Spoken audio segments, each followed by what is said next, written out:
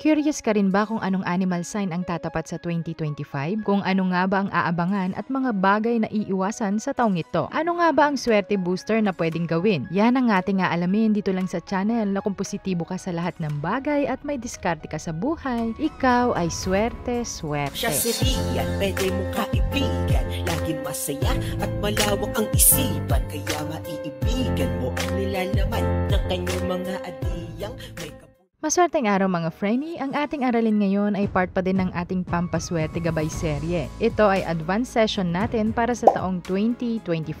Ang purpose ng videong ito ay upang tuklasin ang mga bagay na kaya pa nating gawin. Yes po, tama ang narinig nyo. Dahil ang 2025 ay taon ng mga ahas. Hindi ito literal na yung ahas na kakilala mong nanulot dyan sa jowa mo ha. Kidding aside mga Frenny, but mga Frenny, 2025 is Year of the Snake. So alamin natin ang mga gabay para sa 2025 Year of the Snake Episode 1.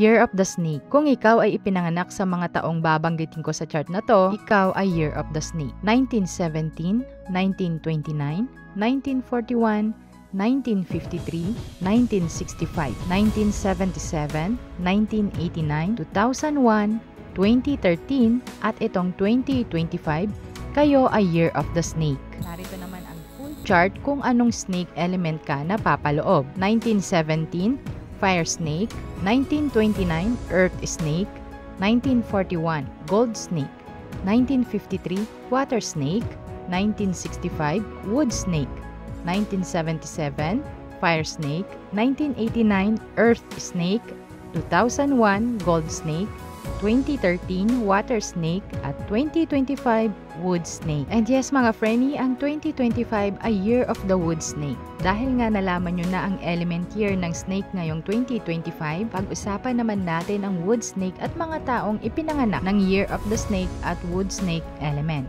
2025 Year of the Snake. Kung ikaw ay isa sa mga ipinanganak sa mga nabanggit na taon kanina sa unang bahagi ng videong ito, narito ang mga dapat mong malaman. Ang mga Year of the Snake ay may mga katangian ng pagiging mautak, matalino, madiskarte, may pagkamagulang sa kapwa. Not all ha, sila ang animal sign na seductive, yung tipong magaling mag-seduce, not literally sa lalaki or sa babae.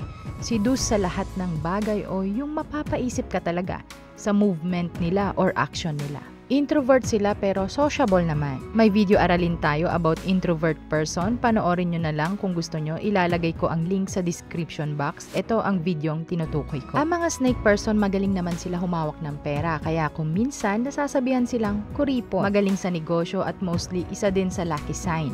Medyo may pagka-insecure sila sa lahat ng bagay, maging sa ibang tao, kaibigan man nila, or kapamilya. In short, nacha-challenge sila mga Frenny. For example, may kakilala siyang na-promote sa trabaho.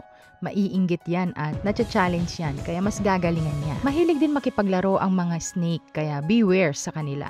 Kung hindi mo masayawan ang galawan ng snake, talaga nga namang masasabi mong arogante sila, pero marunong naman silang makisama, magmahal, or loving person. Ang mga Year of the Snake, kadalasan silosa o siloso ang mga yan. Pero wag ka, alam nyo bang malakas ang instinct o intuition nila? Mas pinaniniwalaan nila ang instinct nila o mas tiwala sila sa intuition nila kesa sa advice ng ibang tao. Ito din ang dahilan kung bakit isa sila sa may mga third eye na sign. At dahil dito, isa din sa mga pangunahing propesyon ng mga snake persons ay ang pagiging ghost hunter, investigador, astrologer, at dahil nga malakas sa instinct ang mga Year of the Snake, kaya kadalasan ang mga nabanggit ang kanilang fields of work. Nagiging analyst din sila, mapaglaro ang isipan, kaya kung ano-ano ang mga naiimbento, kaya kadalasan din silang nasa field of science and chemistry. Mahilig sila mag-explore. Creative kayong tao at maboka, meaning anumang naisen sabihin ay sasabihin kahit na minsan makakasakit ito ng damdamin. So punta naman tayo sa maswerteng bagay o numero para sa mga taong ipinanganak sa taon ng snake. Lucky number nyo is 8, pwede ang 1, 2, 6, at 4. Pwede rin ang 9. Lucky colors nyo naman, pwede ang black, pwede ang yellow, at red. Kung sa paghahalaman naman mga Frenny, pwede sa inyo ang orchids, cactus, or succulent. Pwede din ang kahit na anong mabulaklak na halaman.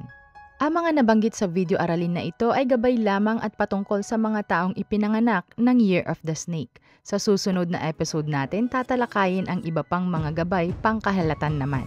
Ugaliin magdasal ng taimtim, samahan ng sipag at diskarte para ang buhay ay swerte. Hanggang sa muling aralin, salamat sa pakikinig. Ingat! Kaya subscribe na para sa knowledge na sadyang blessing tapos may pa-giveaway pa. Pakiclick na lang ng bell para agad din malalaman mo kung paano kaganda ang iyong kapalaran.